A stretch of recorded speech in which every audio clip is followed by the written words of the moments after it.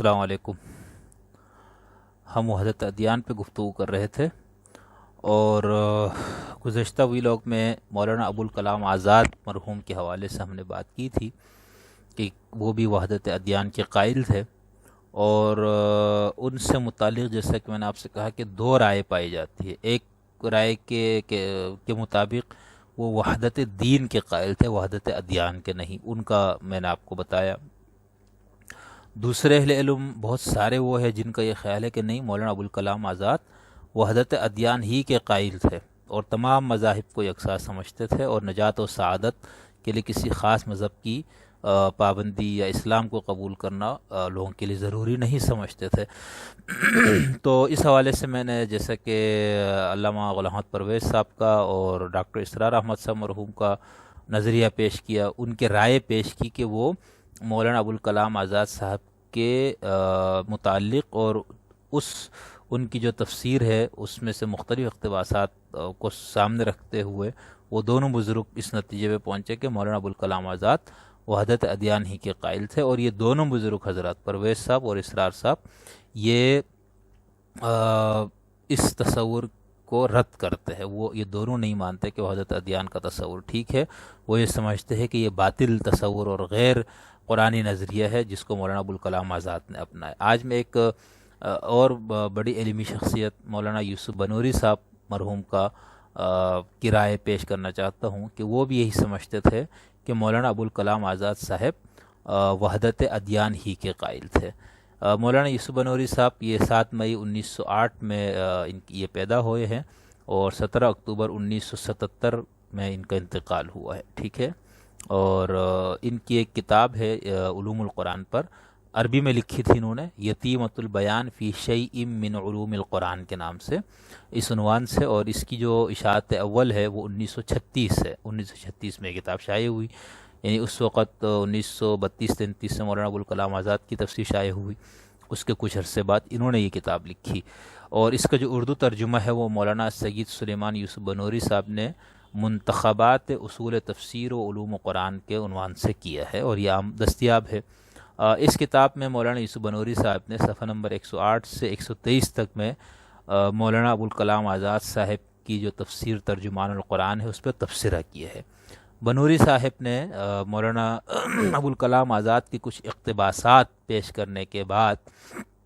یہ دعویٰ کیا ہے، اور انہوں نے لکھا ہے،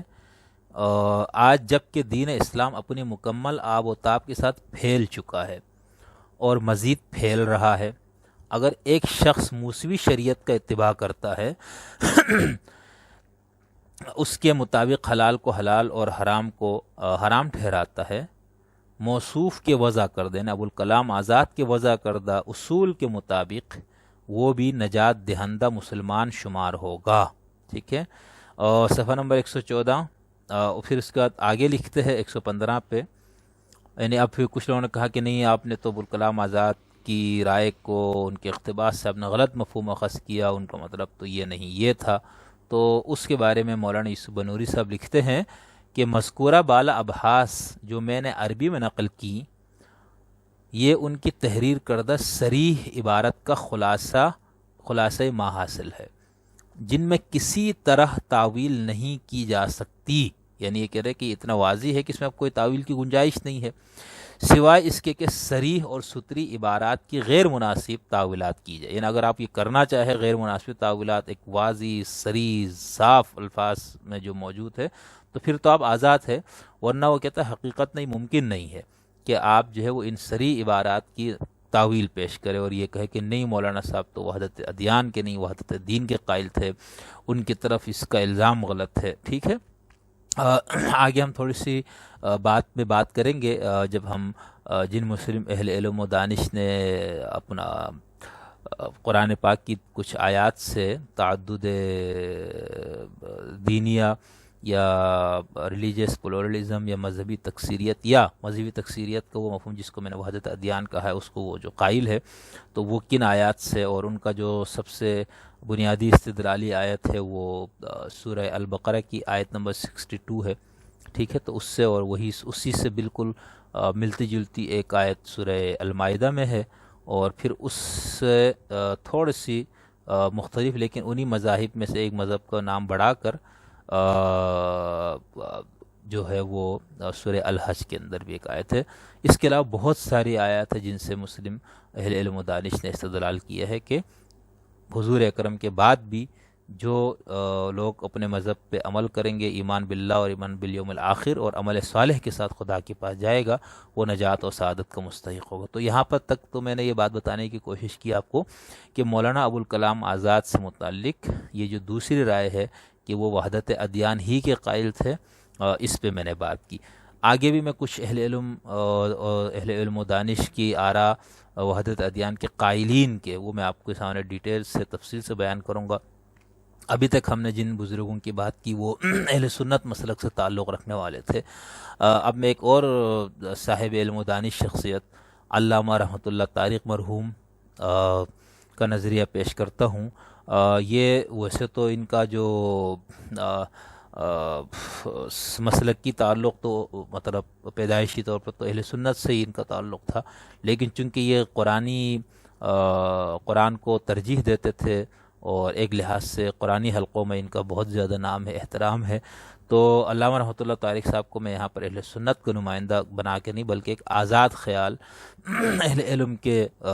طور پر ان کا میں آپ کو بتاتا ہوں کہ یہ بھی اسی وحدت ادیان کے قائل ہے، اور سورہ البقرہ کی آیت نمبر 62 کو لے کر، ٹھیک ہے۔ قرآن کے بہت بڑے دانشور تھے یہ، اور قرآنی آیات میں تضاد، نسخ اور ان حوالوں سے ان کا بہت گراں قدر کام ہے، اور اگر آپ ان کی کتابیں حاصل کرنا چاہے تو یہ دستیاب ہے، عام طور پر مل جاتی ہے۔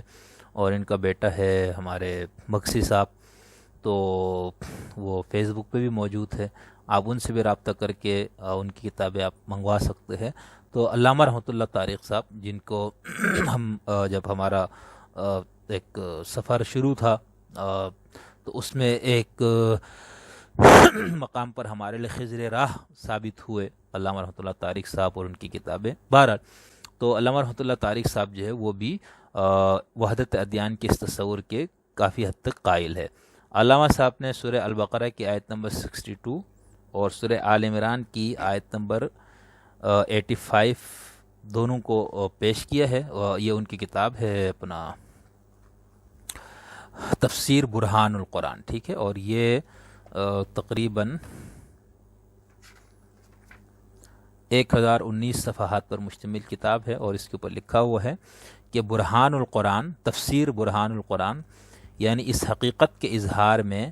کہ قرآن کریم کی آیات میں کوئی تضاد یا تناقض نہیں ہے، بعض مذمومہ دلائل و تصورات کی انقلاب آفرین تحقیق۔ تحریر رحمۃ اللہ طارق، چھپی ہوئی یہ کتاب ادارہ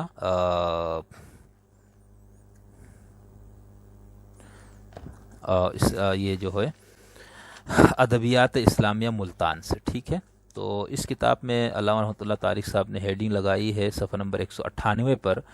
کیا غیر مسلموں کے اچھے اعمال مسترد ہوں گے یا قابل پذیرائی؟ اس کے بعد انہوں نے سورہ بقرہ کی آیت 62 پیش کی ہے، جس میں یہ ہے کہ بے شک وہ لوگ جو ایمان لائے، جو یہودی ہوئے، جو نصارہ اور جو صابی ہے، جو بھی اللہ پر اور آخرت پر ایمان لائے اور عمل صالح کیا، ان کے لیے اجر ہے، اور نہ ان کے رب کے پاس ان کا اجر ہے، نہ ان پر کوئی خوف ہوگا، نہ وہ غمگین ہوں گے۔ اس آیت کو لکھنے کے بعد علامہ صاحب لکھتے ہیں، یہ آیت واضح کرتی ہے کہ غیر مسلموں کی رفاہی، سماجی، اصلاحی اور عدالتی اچھے کام پذیرائی اور پسندیدگی کے نظر سے دیکھے جائیں گے، حالانکہ دوسری آیت میں اس کے برعکس یہ وضاحت موجود ہے کہ وَمَن يَبْتَغِ غَيْرَ الْإِسْلَامِ دِينًا فَلَن يُقْبَلَ مِنْهُ، جسے اسلام کے سوا کوئی اور دین کو اختیار کر لیا اس سے قبول نہیں کیا جائے گا۔ تو علامہ صاحب لکھتے ہیں، جس سے متشرح ہوتا ہے کہ اچھے عمل صرف مومنوں اور مسلمانوں ہی کے بار پائیں گے، لہٰذا تضاد عیاں ہیں۔ تو چونکہ ان کی اس تفسیر کا مقصد تضاد کو دور کرنا ہے، تو سب سے پہلے تو انہوں نے اس کے اندر جو ہے لفظ یہ جو وَمَن يَبْتَغِ غَيْرَ الْإِسْلَامِ دِينًا، یہ آگے میں بتاؤں گا کہ اس پہ جو وحدت ادیان کو نہیں مانتے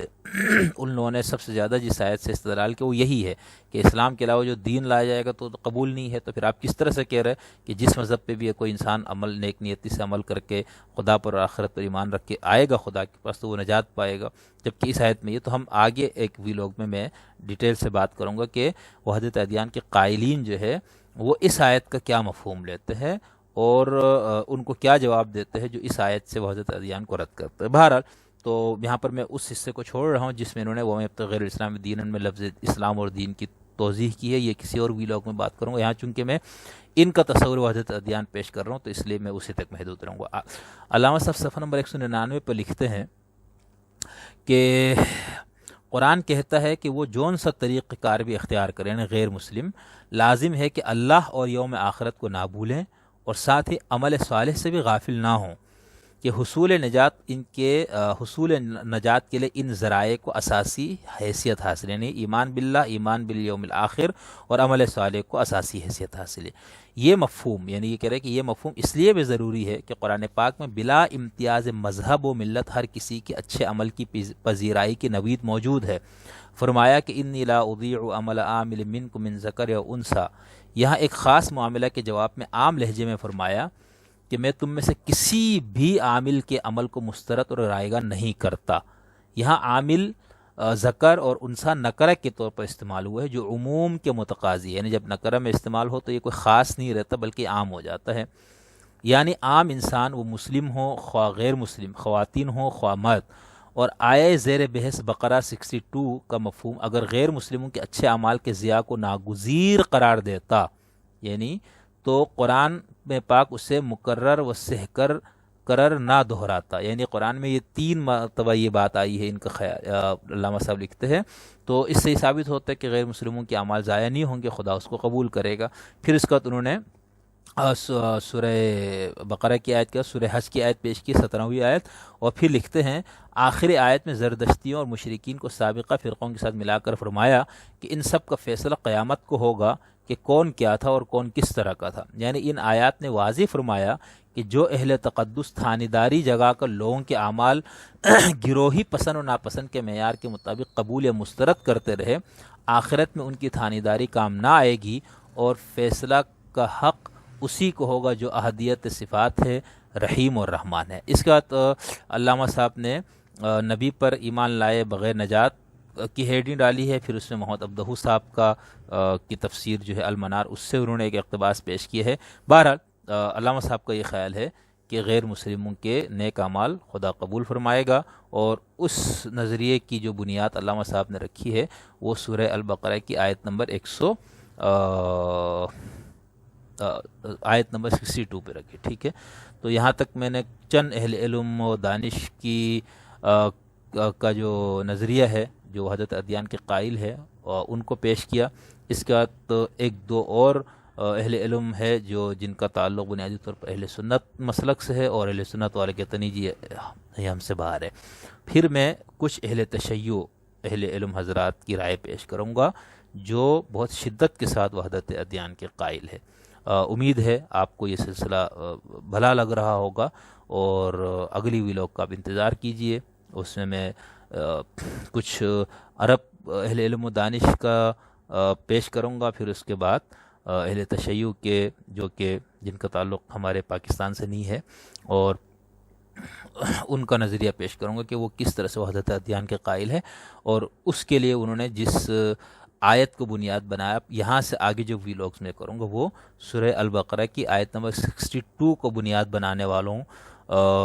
کے نظریات ہے. انہوں نے اس آیت کو بنیاد بنا کر کس طرح سے وحدت ادیان کے تصور یا نظریے کو قبول کیا ہے اور اس کو اسلامی نظریہ مانا ہے. پھر انشاءاللہ آپ سے ملاقات ہوتی ہے اگلی ویلاگ میں. خوش رہیے، اور کوئی سوال، کوئی کمنٹس، کوئی تنقید، کوئی بات آپ کہنا چاہیں تو آپ نیچے کمنٹس میں لکھ دیجئے. ٹھیک ہے، اور کوشش میں کروں گا کہ بہتر سے یعنی ایسے موضوعات اور مضامین آپ کے سامنے بیان کروں جو علمی نوعیت کی ہوں، جس سے ہم سب کو کچھ نہ کچھ فائدہ حاصل ہو.